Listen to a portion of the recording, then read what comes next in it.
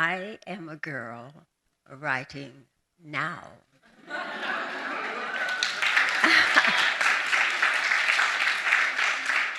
And I would dare say it is better late than never. In my community, the word girl is powerful and used as a term of endearment. If you are my girl, you are humble, beautiful, inside and out, bright, warm, kind, respectful of yourself and others, and this dear. Hello, everyone. Thank you for joining us this evening for your Girls Right Now Friday Night Salon, Unspoken Rules of Growing Up Girl with Mahogany L. Browne. We are super excited and honored to have Mahogany here, and also to have her here to lead us through a really important day after we lost an incredible giant in this world, Cicely Tyson. She has moved on to do much bigger and better things than hang out with us. Well, we are honored to have her here on this earth, to have her as a friend of Girls Right Now and a champion of young writers, of young actors, of young artists and creators in the world. So Cicely Tyson was so close to our mission, so close to our hearts. And we want to take some time this evening to focus on her as we also celebrate Chlorine Sky and Mahogany's amazing work. Thank you all so much for being here, and I will pass it over to the lovely, brilliant, fantastic Mahogany L. Browne. Hello, everyone. Yes, I mean, what a time, but what a blueprint Sister Cicely Tyson left for us. Just a little bit of clarity about who Cicely Tyson was. Not just an actress, but an activist. And she was quite mindful of the roles that she wanted to be a part of. She wanted to challenge folks' ideas of what African Americans and Black people um, look like, what families can look like, and how she was really profound in her work to assure that that we were humanized, that Black people were humanized in a time where it was easy to disregard and diminish. One of my favorite quotes from her is, I have learned not to allow rejection to move me. That is one of my absolute favorite ones. It is a daily practice, as most of you know, when you're a writer or an artist of any kind. You're using your art to build community, and sometimes your art is, rejected. So what does it mean to not allow naysayers or someone outside of yourself define you, right? Which is also very much the purpose of Chlorine Sky. What does it mean to not allow someone's opinion of you define you? I love that. I love that she offered that. And so today, what we will be doing, instead of just jumping into the writing prompt, we are going to look at, I think it's the last interview that she did with Gayle King, and it's profound, the kind of honesty and vulnerability she leads with, which I think will be a very helpful thing, because I want us to write an ode or a thank you note, a thank you letter to Elder Cicely Tyson. But I want to give you something to work with. So we'll be able to watch a small, I think it's 7 or 8 minutes. And think of this as a documentary. This is the archive work, but we are artists, right? So as artists, you need to be taking notes. You need to be mindful of moments that make your chest tighten, or moments that make you feel like, something you just heard, you want to tweet it. Be mindful of those moments. So get out your notepad, because I want you to be able to watch, listen, absorb, but also take a note or two of a line that stands out, of a moment in which Sister Tyson is giving you, and we'll return to those notes after this small film. Okay, so let's get it started. Actress Cicely Tyson, who has starred in countless films, TV shows, and Broadway plays. They include Roots, remember that? Trip to Bountiful, I saw that. The autobiography of Miss Jane Pittman, I watched it again over the weekend. And now in a new memoir, out today, it's called, look at this cover, guys, Just As I Am. I love this picture of her. The 96-year-old Tyson is opening up about her very impressive career and her personal life. So we met her in Harlem at the Abyssinian Baptist Church. That was her home church before the pandemic.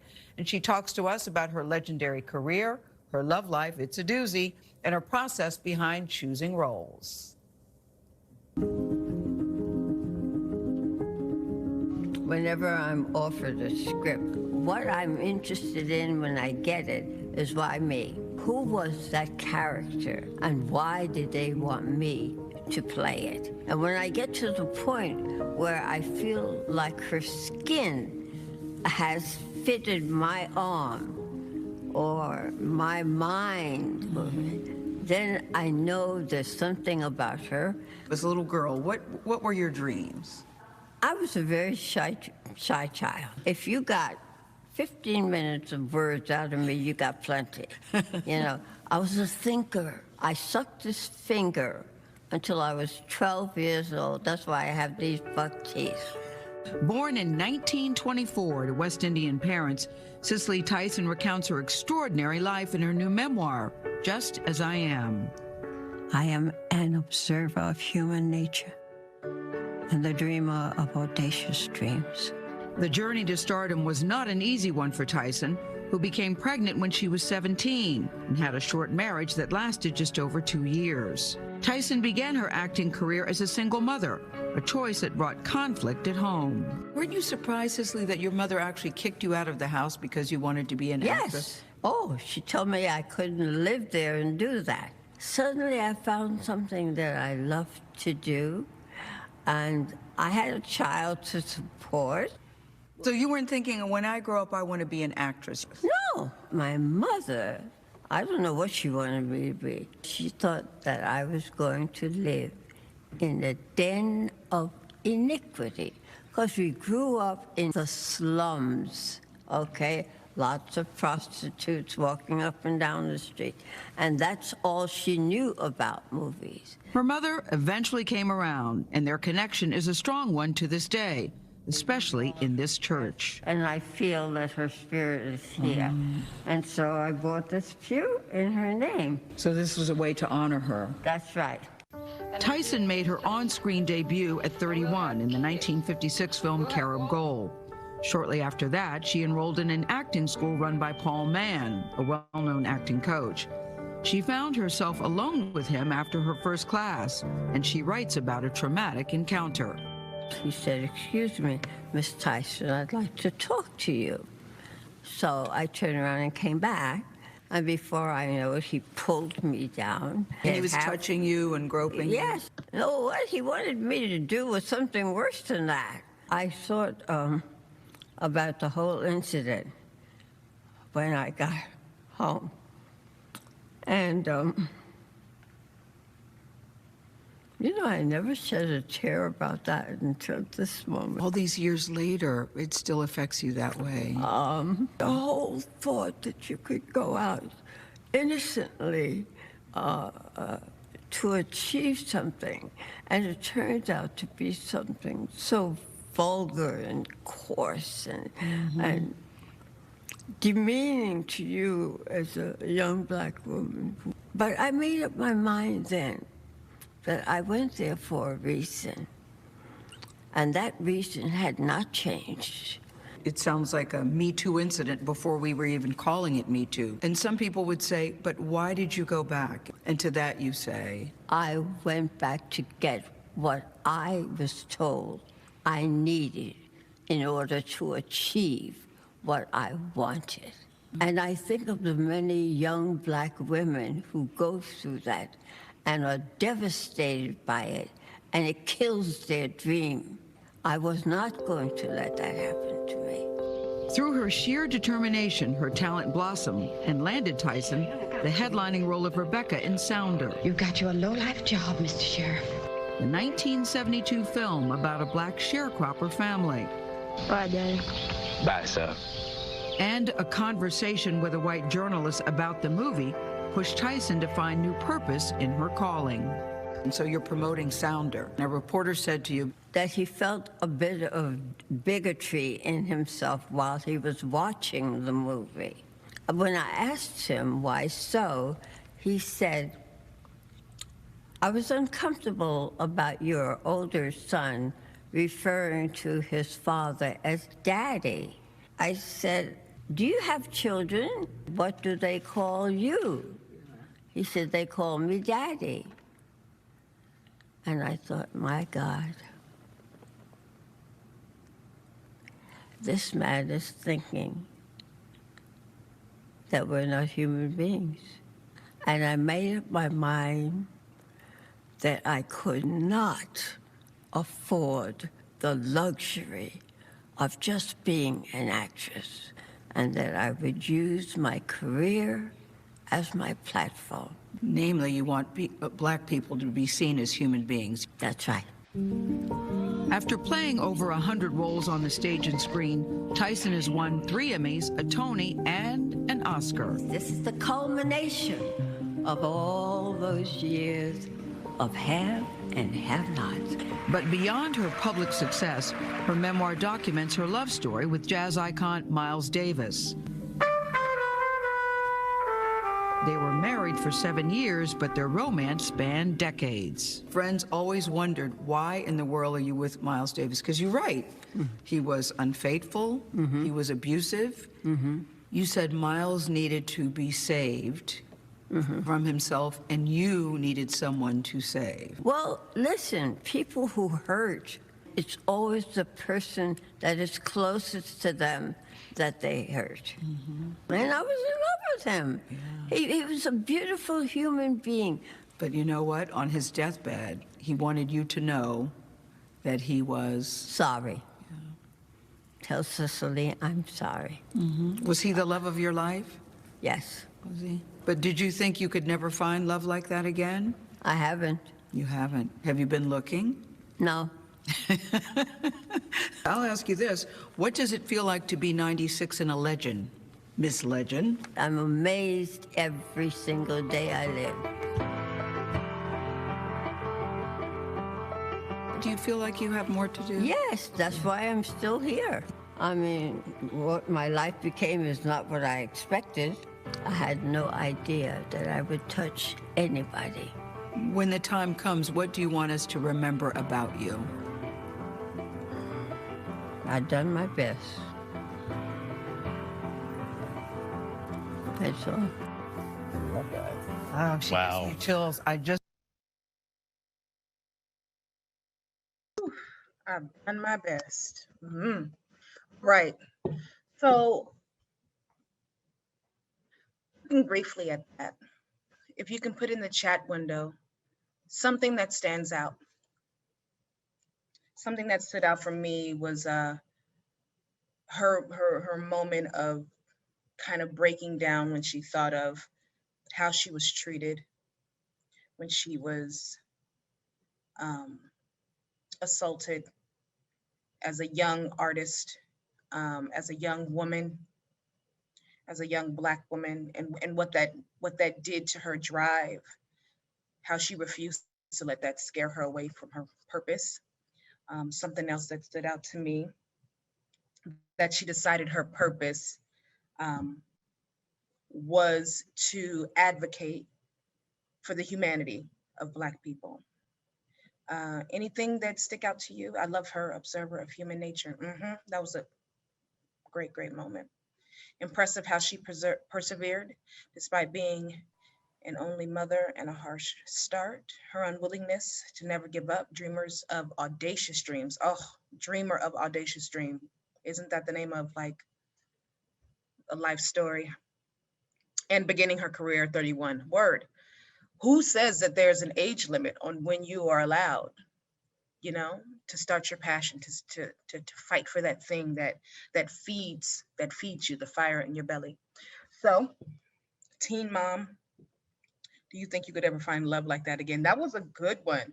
I forgot that she said that. But oh goodness. So when you think about what she was saying and how it affected her platform or her purpose, what she was intentional about, when you look around your own space, the choices you make in your own life, some folks think, oh, young people, what choices? No, young people are making choices every single day. And you're doing all that you can, right, with what you have. And more times than not, we all make mistakes. Adults, we are not, we're not, what is the word, Andrea? We're not immune to mistakes, right? We make mistakes still. So think about your purpose. What is your purpose?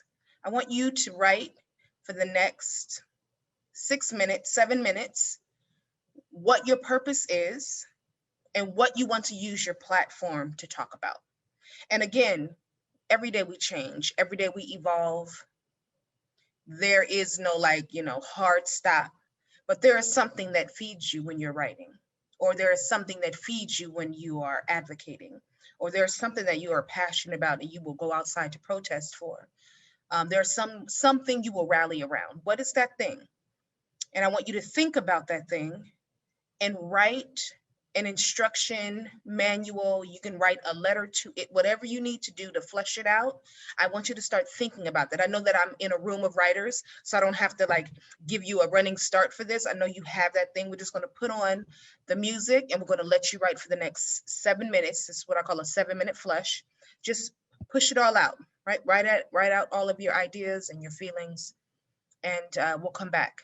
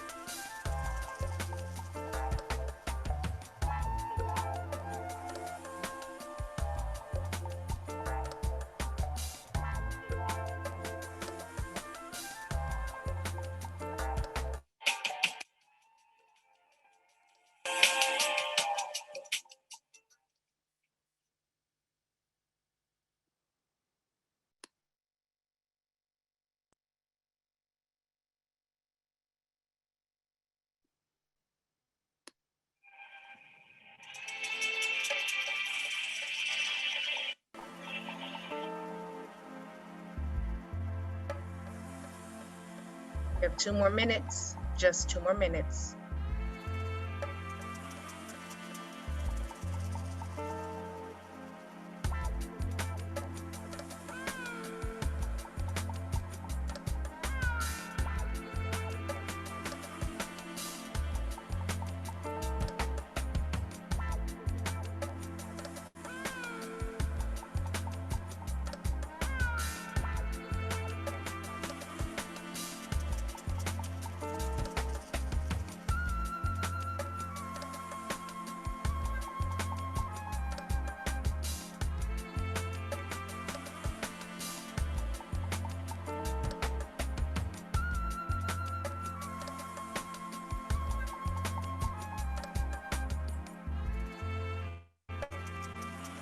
The universe is a spiraling Big Bang.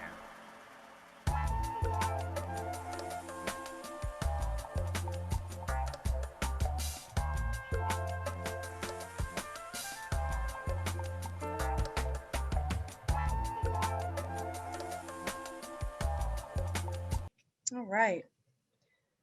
Find a place to stop in your writing. Maybe finish the thought so you can come back to it if need be.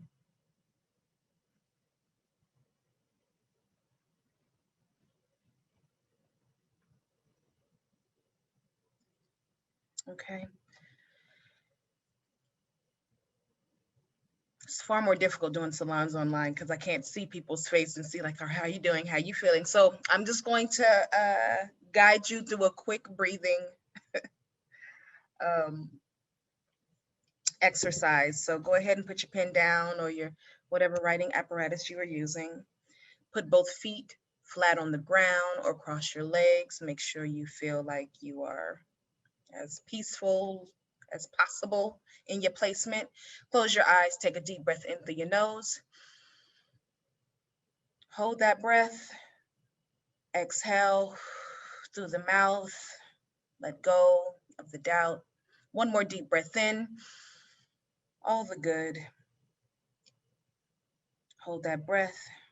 And then exhale all the doubt.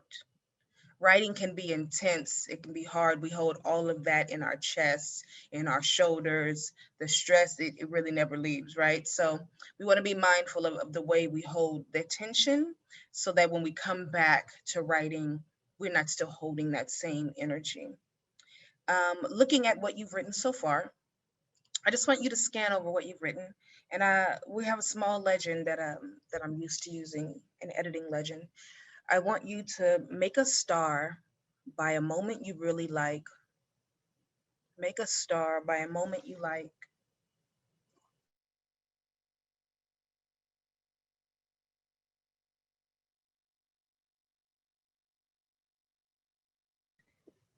And looking again through this text that you just written, I want you to make a check mark by a moment that is a surprise. Like, that's not something I usually do. Interesting, right? Or I didn't think I could go there. Or I'm surprised at the vulnerability. Surprise for you as the writer, okay?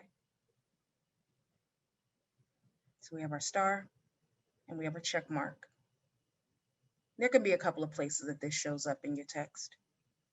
And finally, underline something, or what if you find this natural trope, natural language, an image that you use often, a refrain that you may return to. I realized when I was recording my first album that every poem I was recording had the word soul in it. And I didn't use editing legends then. So I had to end up changing the title of the album. So it looked like I did it on purpose, but the reality is I wish I had been aware of the language I was choosing to use or the images, right? When you put all that work together, you want to be mindful that you're not using that same trick, yeah?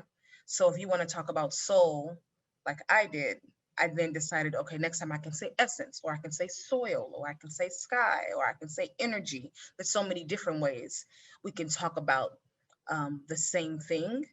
And when you're a writer, you want to be mindful of what's already in that tool house for you. What's your favorite thing to do? Mine is repetition at this point. So some things I'm just going to do it. That is my trick of my trade. But there's some things, there's certain words that I can flesh out. So the underlining is just for you to be mindful and intentional. Mindful and intentional about what you're saying, okay? All right. I'm interested in anyone who would like to share a surprising moment or a star. And the reason that we have the star, again, as writers, we can be very hard on ourselves, right? The tension I talked about earlier, it's very difficult for us to say, you did that, good job. You know, shout out to you, big up yourself. It's very difficult for us to do that. So the star is that moment. So I'm going to read to you a couple of pieces from Chlorine Sky, which very much, I believe, responds to what Elder Cicely Tyson said, thinking about your purpose. And I wrote Chlorine Sky as a response to not just what I endured in middle school, high school, but also what I saw happening when I was teaching. I was teaching in New York City, schools, you know, the DOE, the Department of Education, charter schools as well. But the conversations that I found happening amongst the students, it surprised me because it hadn't changed. It felt like it hadn't changed. We were still having discussions about colorism, team light skin, team dark skin. I had no idea that was still a thing. You know, I know it is. I survived it, but I did not realize it was still that prevalent in schools, in our young people's lives. So Chlorine Sky is an attempt to think about this young girl, the protagonist, and how she remembers herself, despite the friendship that allowed her to believe she was worthy, or, you know, the way that we do most relationships. When we get that relationship, friend or romantic, how it can determine how we feel about ourselves, and how that relationship, when it's gone, what does that say about us, right? Like how we actually start internalizing that rupture. Um, I'll just read what it says in here. A novel in verse about broken promises, fast rumors, and when growing up means growing apart from your best friend. But what I wanted to look at specifically are the rules that we receive when growing up. As a young person in California, there were a lot of gender norms. I wasn't allowed to leave my grandmother's porch, but my male cousins, some younger than me, they were allowed to do whatever they wanted. And that became like the trend that I picked up and I noticed. And the only how I could get off that porch without a chaperone at the age of 15 was playing basketball. So a lot of those stories end up in here. And I'm going to just share a couple of moments where rules about who you are determined for you. We'll start with the house rules.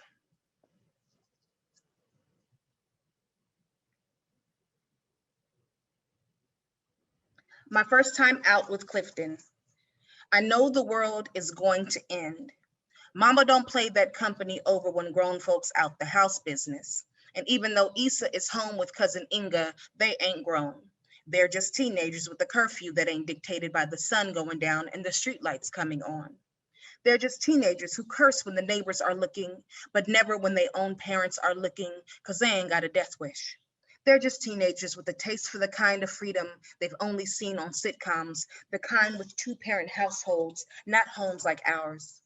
More like Inga's mom, Auntie Renee, who saves coupons and works every day, clockwork ready for the water company.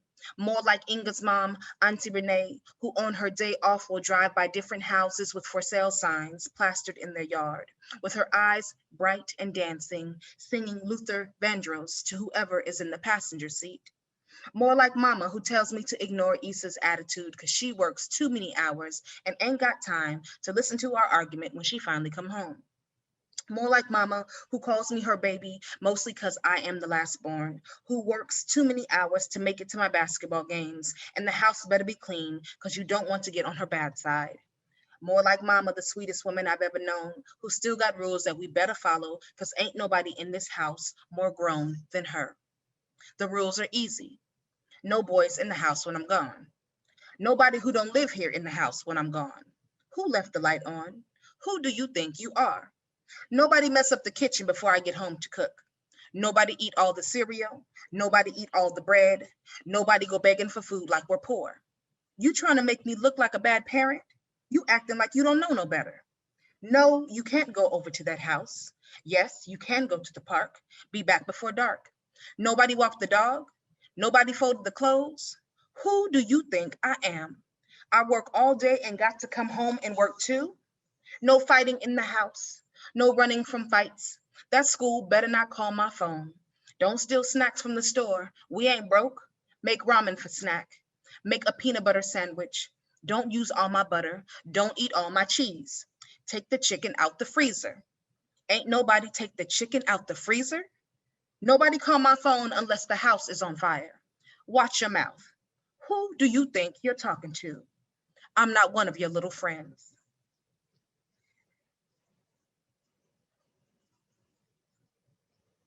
And so, word, when we're thinking about rules, that's one of them, right? That's one of the spaces.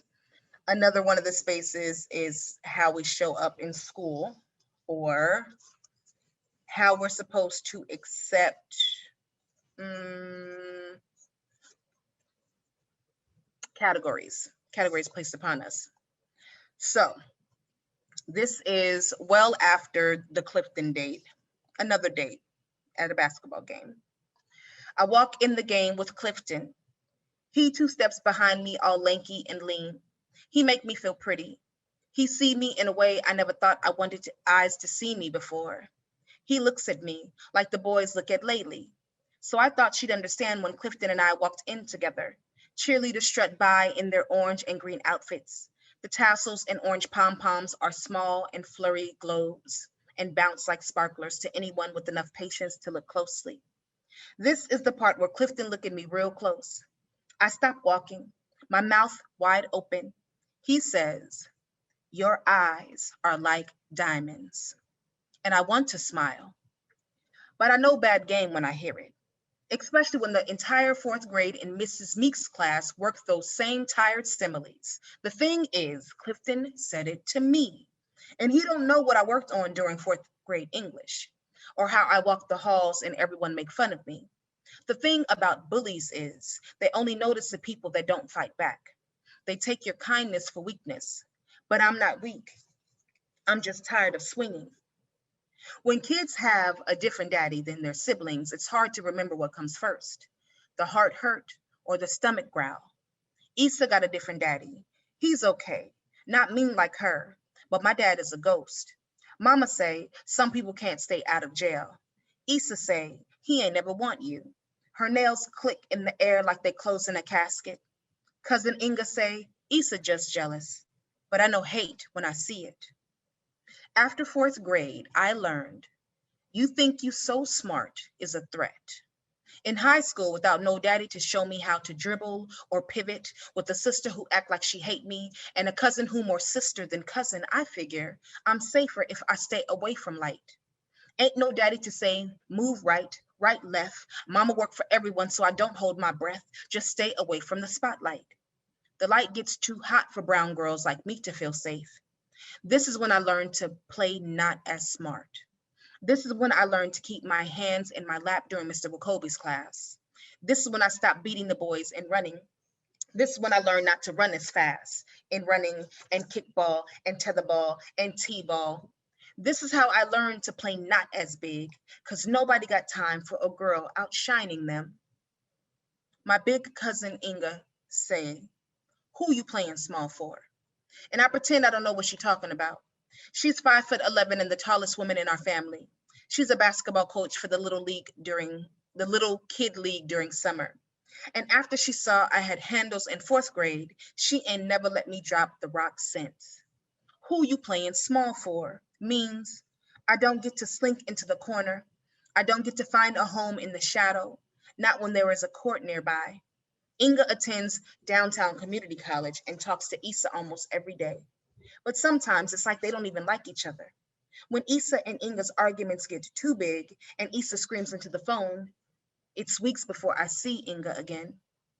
I'll come home from the pool and she'll be on the porch or sitting on the hood of her mama's car, waiting for Issa to come home from her classes at State. She'll shrug when I say, "Where you been?" and then say, "I love her, but I don't like her. Most times I think if we weren't related, we wouldn't be around each other at all." When she's at the house, we go straight to the court. She makes me play her one-on-one. She hits the ball out of my hand if I'm sloppy. She kicks at my feet planted and shakes her head. "Play D, Lil. What did I teach you?"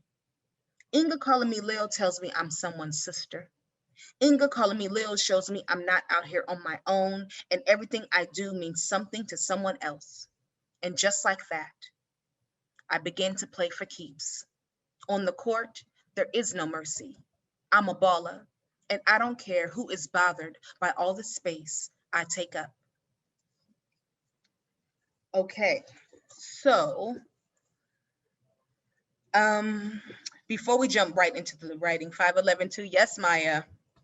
Shout out to the tall people. You don't need nothing. You should see me reaching for stuff. I'm a mess. Anything that stands out, you can put it, the chicken out the freezer. Yes, Jennifer. Anybody remember that? I know, like, you know, we have a lot of vegetarians and vegans, but my mama didn't play with that freezer, that chicken freezer thing. And you should have seen us trying to put it in cold water to hurry it up because we forgot. Take space, yes. I relate to so many things. Any lines stand out? Anything at all? I remember the mad dash to the freezer when I heard the garage opening. Yo, yes, that garage door will make your whole chest like hurt, that heartbeat. Did I do everything I was supposed to do?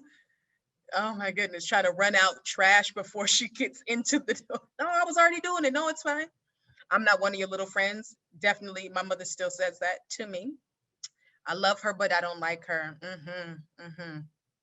So I want you to think about um, the contradictory things that you've learned growing up, right? Some of those things are our parents trying to keep us out of harm's way, right? Even if it's contradictory. I remember do as I say, not as I do, that being a thing that was said. I remember really believing that as a young person, I wasn't allowed to speak in front of grown people. Like, you don't interrupt grown people talking, that kind of thing. And it's changed a lot since then. I definitely didn't raise my daughter with that sentiment. She probably talks more than me, but the reality is I wanted her to always be able to take up space and speak her mind and not be fearful of having ideas and thoughts, right? I don't mind having conversations or challenging those things that we had just taken on for as rule, as law, as gospel, because not all of it is true. So I want you to think about those rules that brought you to this space now. Some of them you probably still do without knowing, right? What is one of the things that you still do that you've been taught to do? It could be something as small as looking both ways before you cross the street. Someone told me yesterday in an interview, uh, she's like, I don't have friends. I'm not friends with girls. And I was like, who taught you that? Like, we have to, you know what I mean? Like, there's things that you say and you realize, oh, why do I say that? Like, who said that in a space? Creating and maintaining boundaries is what I learned and continue. Sucking in my stomach to appear thinner. Yep, still do it. I caught myself doing it between one of those, doing one of those. Taking up space is definitely something I still struggle to do without guilt. Absolutely. I am in the same boat as you. I definitely used to walk into spaces sideways to not appear threatening. It was weird. I don't even know how I did it, but it wasn't helpful because people have already decided, if they're looking at you and deciding who you are upon entry into a room, this shoulder span is not going to change that. Word, their opinion is in fact. Not running, going for walks alone at night. Speaking up for myself. Jumping to do things other people tell me to do out of fear of punishment. Apologizing when it's not needed. Word. I think in 2019, me and a couple of girlfriends decided we are not going to say sorry. We'll apologize if something is inaccurate or we did something wrong or hurt someone's feelings. But do you know how sorry becomes like a comma? It's just like, I'm sorry. No, I'm sorry. I'm sorry. What are you sorry for? Hi, I'm sorry to bother you, but like, just say hi. Like, what does it mean? Especially in the femme body, right? Unladylike is not a thing. Amen. Yes. Unladylike is not a thing. You guys have some great things. Code switching, yes. Praying and talking to God, yes.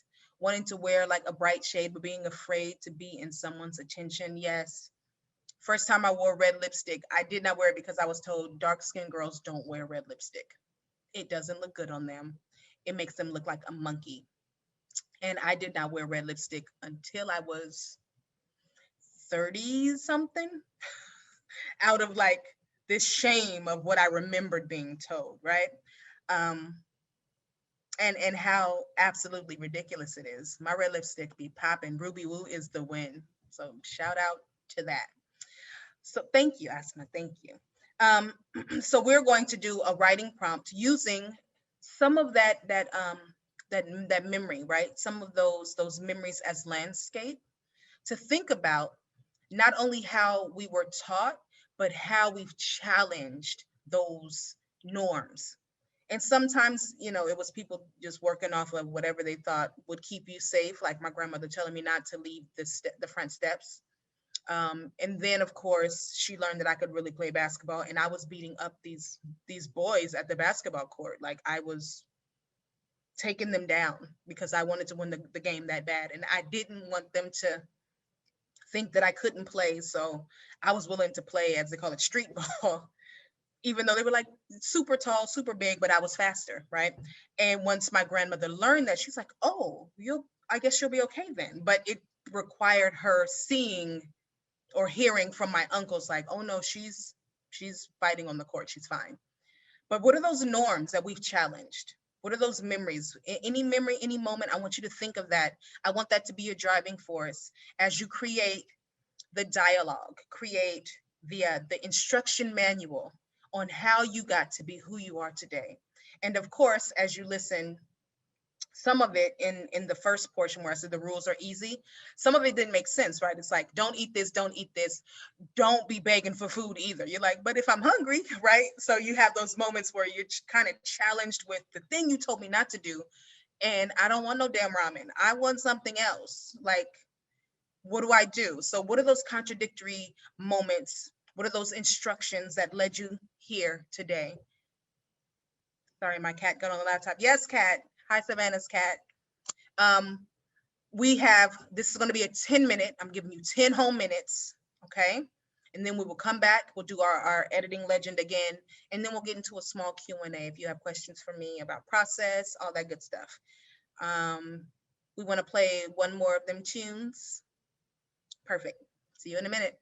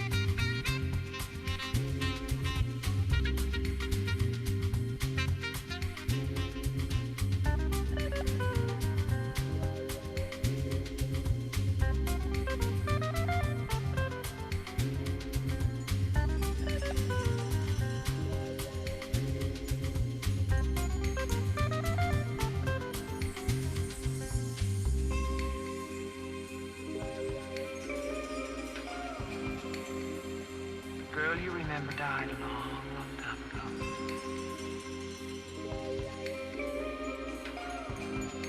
But the minute I look at you, she comes alive again.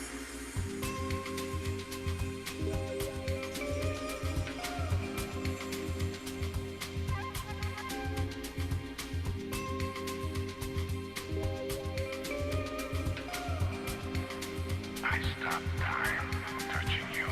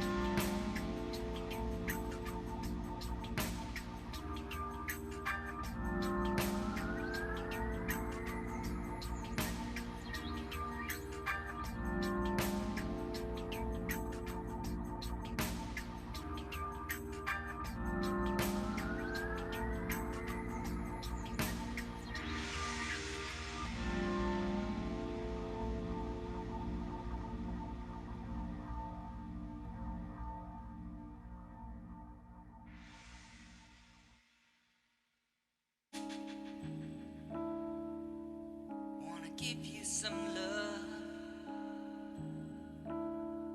So step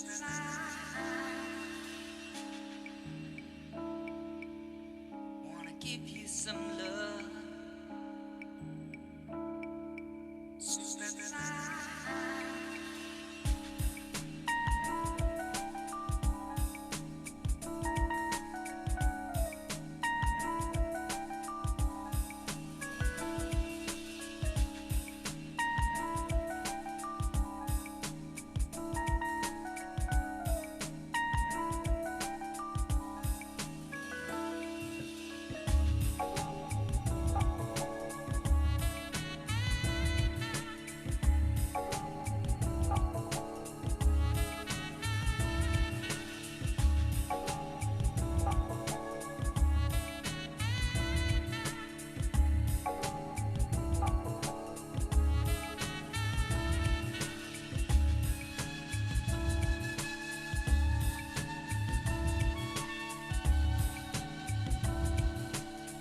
wanna give you some love.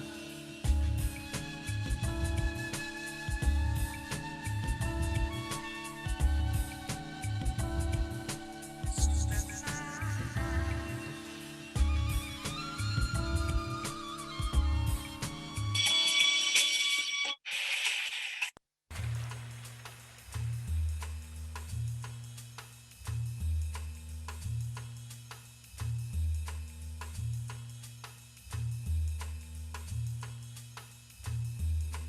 No music is not no notes, it's just a good sound.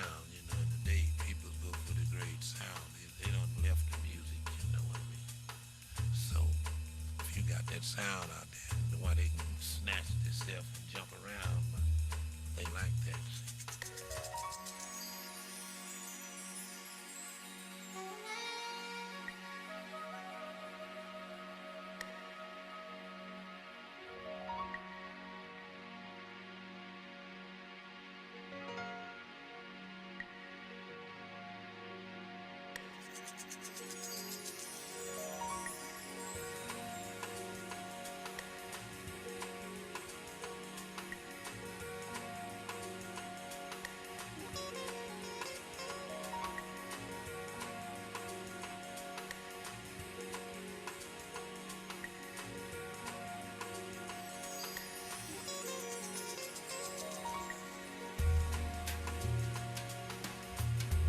All right, we're gonna come back. Wherever you are, find a way to stop that sentence.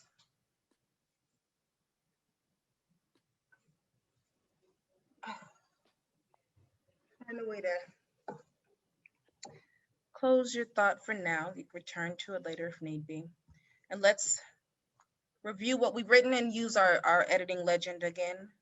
Star by a line you love. Check mark by a line or element of surprise. Underline your natural trope. I'm going to give you a couple of minutes to do that.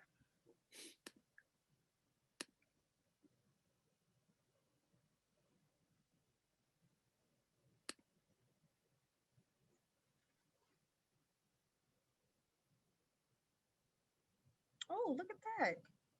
Andrea, you are Got you, girl. beyond, honey. I was probably, oh, that looks familiar.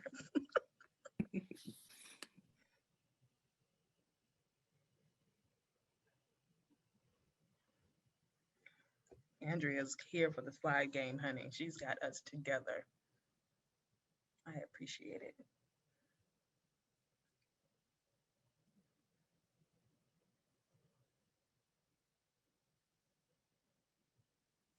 Okay. And now, usually I would just say, you want to read a star or, but if there's anyone who would like to share, what is your writing process like? So yeah, my writing process is, I try to write every day. And sometimes that just means research. Sometimes that means a reading. That means an audible book. It also means when I have a deadline, if like for this book specifically, there were moments where my galley it didn't look how I wanted it to look. So I dedicated an entire 30 days to fixing it. And I wrote um 45 minutes and then 15-minute break, 45 minutes and a 15-minute break. And I would do that for like 6 hours a day. I treated it like a proper job. I went out for my 30-minute lunch. Sometimes I would like take a walk or go to a yoga class or swim, but I tried to really dedicate 6 hours to it. And then once that 6 hours was complete, I would close the laptop and I wouldn't touch it again. I also wouldn't go over my 45 minutes, which made me like excited to come back to the writing portion because I feel like, oh, I'm really in it now. I wanna do this thing. Um, so that's my writing process now that I have these deadlines. Before it really was, this book came from a poem that I wrote, and that poem had this narrative. Um, I don't know. It was more emotional based, I guess. I was responding to a moment. And now that I have these book deals, we're like writing to respond to this deadline. But I'm trying to be as honest and authentic um, in mining my memories, but also like doing a lot of research, which is quite difficult depending on what you are talking about. So the next book that's coming out in January, it's called Vinyl Moon, and it's about one of the characters in this book, but it does touch on domestic violence, and it also takes the person to New York, where I was teaching. So like researching all of those things, it can be a bit tedious, but as long as you have all of those means of writing, not just typing, not just reading, but like listening, it makes it much more rich. Thank you for that question. Wooby Woo, yes, honey. So there's two that I'm using, Ruby Woo and Stilla's Fury. Stilla is really, really rich, but it's a stain, whereas Ruby Woo, I have the lipstick. And the reason I think it works on brown skinned women is because it has a blue undertone, whereas red lipstick usually comes with like this orange undertone, which makes Black people look washed out. So shout out to Ruby Woo. Oh, and Fenty has a new red. So, you know, Rihanna over always. What is your go-to revisioning process? I have a group of folks that I trust. I have 2 or 3 beta readers, and I just ask them, do you have the weekend? And at one point I've even sent like dinner, like here's Chinese food and my manuscript, girl. Like just I play very nice. I'm always thankful for folks. And I also read my poems and record it. And then I listen back because again, like I said, when you hear your words hit the air, it sounds different, right? And so I want to make sure that sonically it's doing the thing that it's supposed to do, as well as living on the page the way I want it to. So my revision process is in 2 parts. One, I got a group of folks that I turn to, and the other is I record myself reading the text. Are there times when you have writer's block? What are some things to do to get over it? Things to do to get over it. I don't really think about writer's block anymore because I'm always using the world as my compass for writing. So, I mean, there's so much going on in the world right now. The well runneth over, honey. We are never, after the 4 years of this presidency, you have so much to write about. Trust me. You have a whole thriller, Manila, you got soap opera, you got a Judge Judy series. You could do a whole bunch with what's happening, right? So I use today, the news, the current events. I use, of course, like memories have become quite hard for me. And I don't know if it's because I got in a car accident when I was 16 and my memory is not the best. So I use a lot of pictures, photographs. I look at maps where my old high school was. I was like, oh, I remember. And as soon as you see the picture, it kind of like, jump starts that memory. Nikki Finney had an amazing workshop where she said she would like draw maybe like a neighborhood where she used to live. And in that neighborhood, all these pictures of where she grew up, she would like, put it on a wall. And that would kickstart some memories for her as well. So I think that's a really cool thing to do. What are some things to get over it? Write and more write. There is text out there. You can create erasure poems. You can look at the classics. If we look at what Shonda Rhimes and them did with Bridgerton is just like, isn't it just like the old classic romantic comedy that The Gossip Girl is? You know what I'm saying? Like, you can remake the things and put your spin on it so that it doesn't feel stale and stolen. There's so much out there to respond to. Ekphrastic work is one of my favorite means of processing poetry. Look at some books of art books. Lorna Simpson is a favorite. Kara Walker is a favorite. Um, Bisa Butler is a favorite. Like, I just find artwork. Look at what they're doing. Patrick Doher is an amazing artist. Kyle Gohan is an amazing artist. Just look at their work and see what sparks some kind of poetic response. Your work made me remember the famous story, Girl by Kincaid. I wonder what works were helpful and inspirational for you. That's exactly, you spot on, Jenny. Thank you. Shout out to Jamaica Kincaid. I will never forget how I felt when I read Girl. We were actually going to open up today's lesson with Girl, but we wanted to leave space for Sister Tyson. So that's the only reason we didn't. But I think it's one of the most profound, prolific, stunning pieces of work, and she speaks it plain. Really, it's about complicity. How we find ourselves perpetuating traumas in hopes that we're saving someone from being traumatized, right? Like, what are the rules that you're giving your young people to survive, and how much of that is their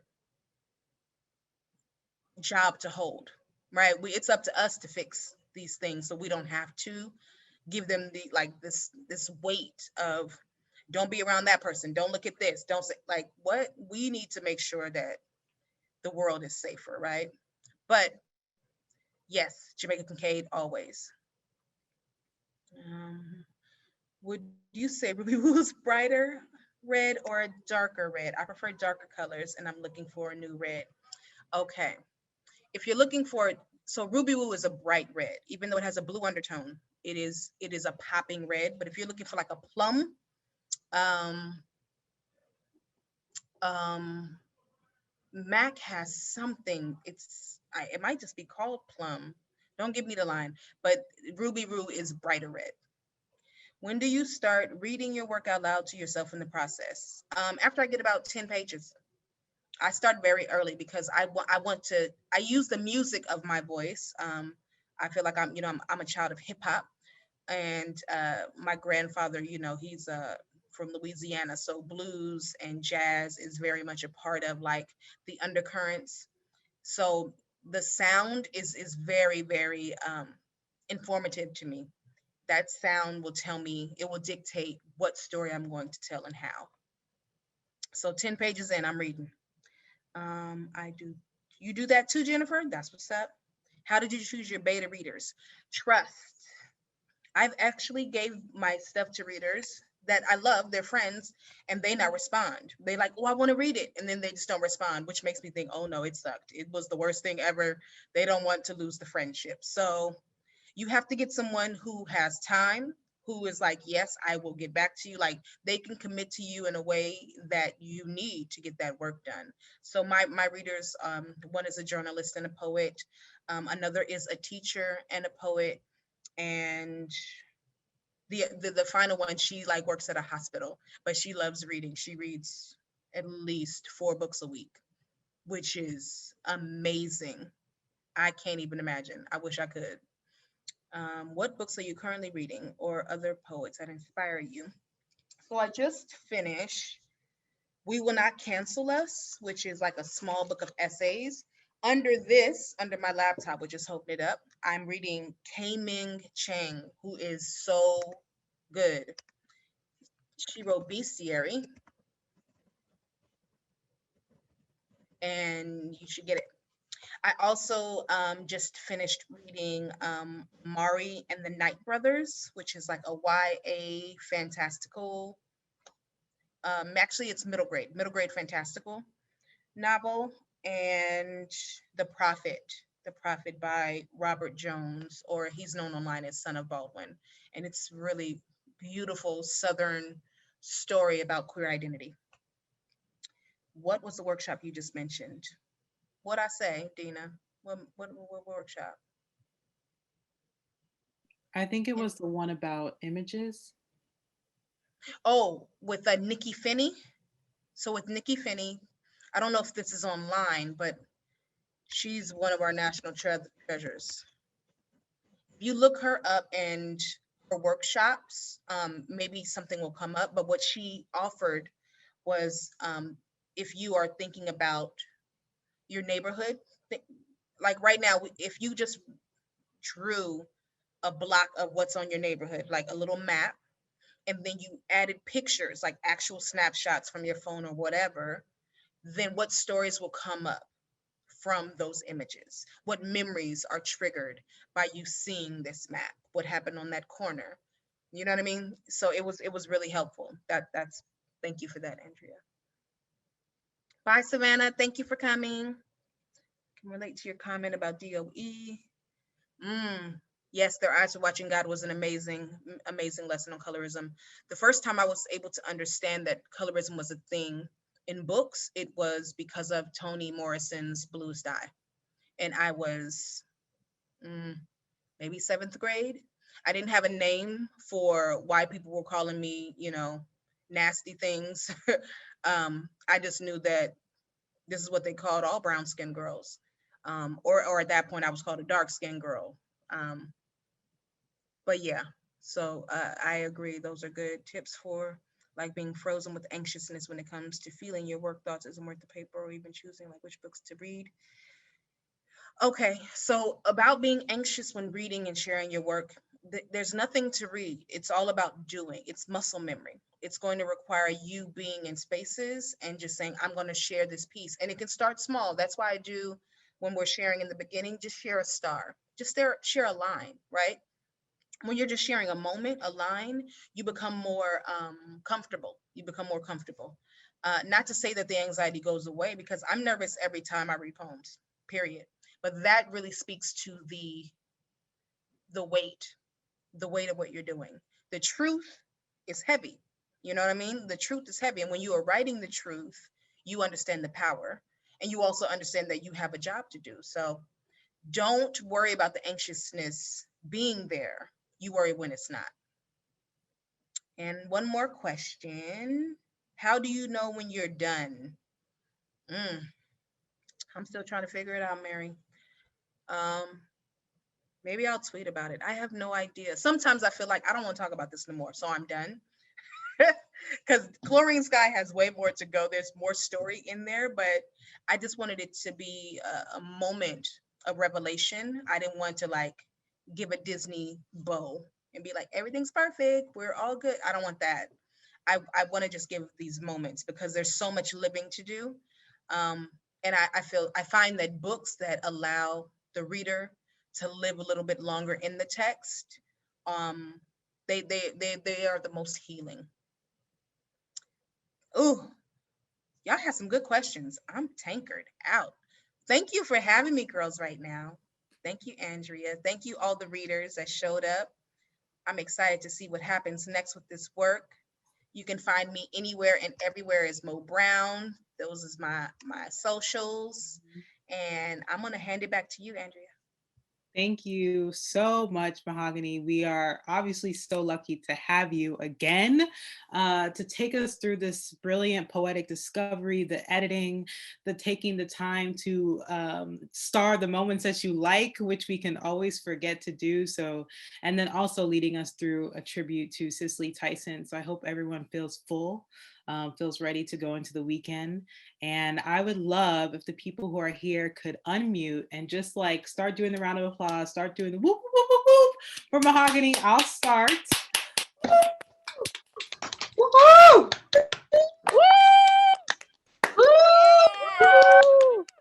Y'all, Mahogany is really busy right now. She is doing so much. That's why you need to follow her on social media to keep up with all of the amazing conversations that she's having right now about friendship, about Black girlhood. Follow her, keep up. And so for us to have her time is really amazing, and I really appreciate that. There also should be a link coming in the chat very soon to purchase Chlorine Sky. It's a BAM link. Tatiana's dropped it in the chat. That is from Books Are Magic. That's Mahogany's special link. That is a local bookstore in Brooklyn. So support local bookstores, purchase Chlorine Sky, and we are really excited to keep reading. And they're all signed. Hello, they're all signed by Mahogany. So that is the link to use to get Chlorine Sky, to read and to follow along. I'm actually going to play us out on a video that Mahogany and Books Are Magic collaborated on for Chlorine Sky after I finish up on some announcements. So follow Mahogany, keep up. I will say that if you are new to Girls Right Now in any way, this salon series became open to the public during the pandemic.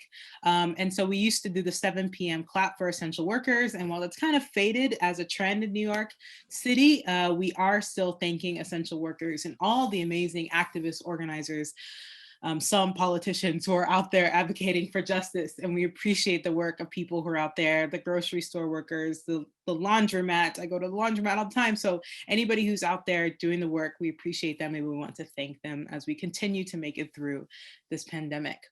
I will also say that you can donate to support more programs like this. You can go to girlsrightnow.org/give. You can become a special circle member by girlsrightnow.org/circle. Or if you're interested in being a mentor, being a mentee, I don't know for sure who's in the audience, you can go to girlsrightnow.org/inquiry and find out how you can stay involved. Beyond donating and being a mentor, there are ways to sign up to be guest speakers. There are ways to be wellness advisor. There are tons of ways that the Girls Right Now community is looking for you to come be with us and to help us and to work together. So definitely check out the website.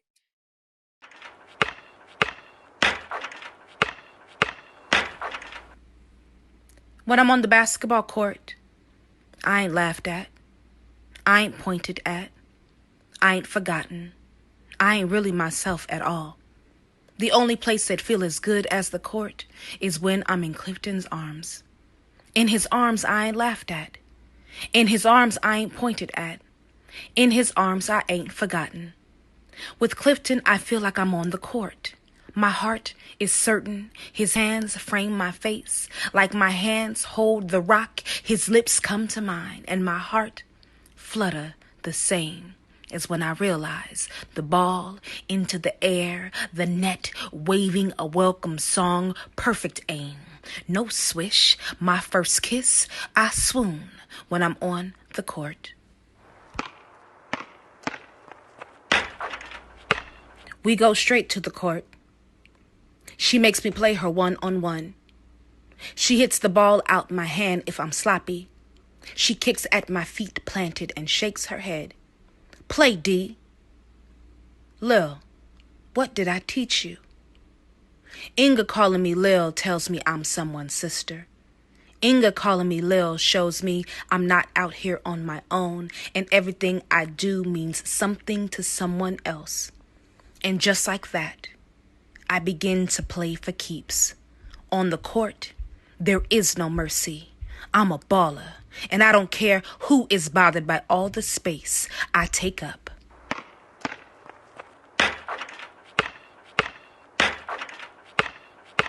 I miss an assist. I miss my free throw. I'm fouled and I keep quiet, not like me. The sweat pours from my pores. The game of 21 is just beginning. Tyrone and the rest of the boys from the program let me play, but never in peace.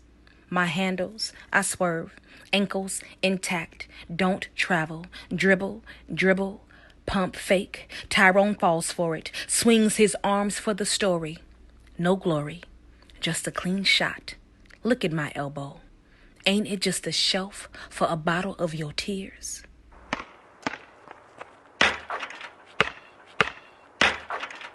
And when she lies like she do, I still think she makes rainbows. Miss,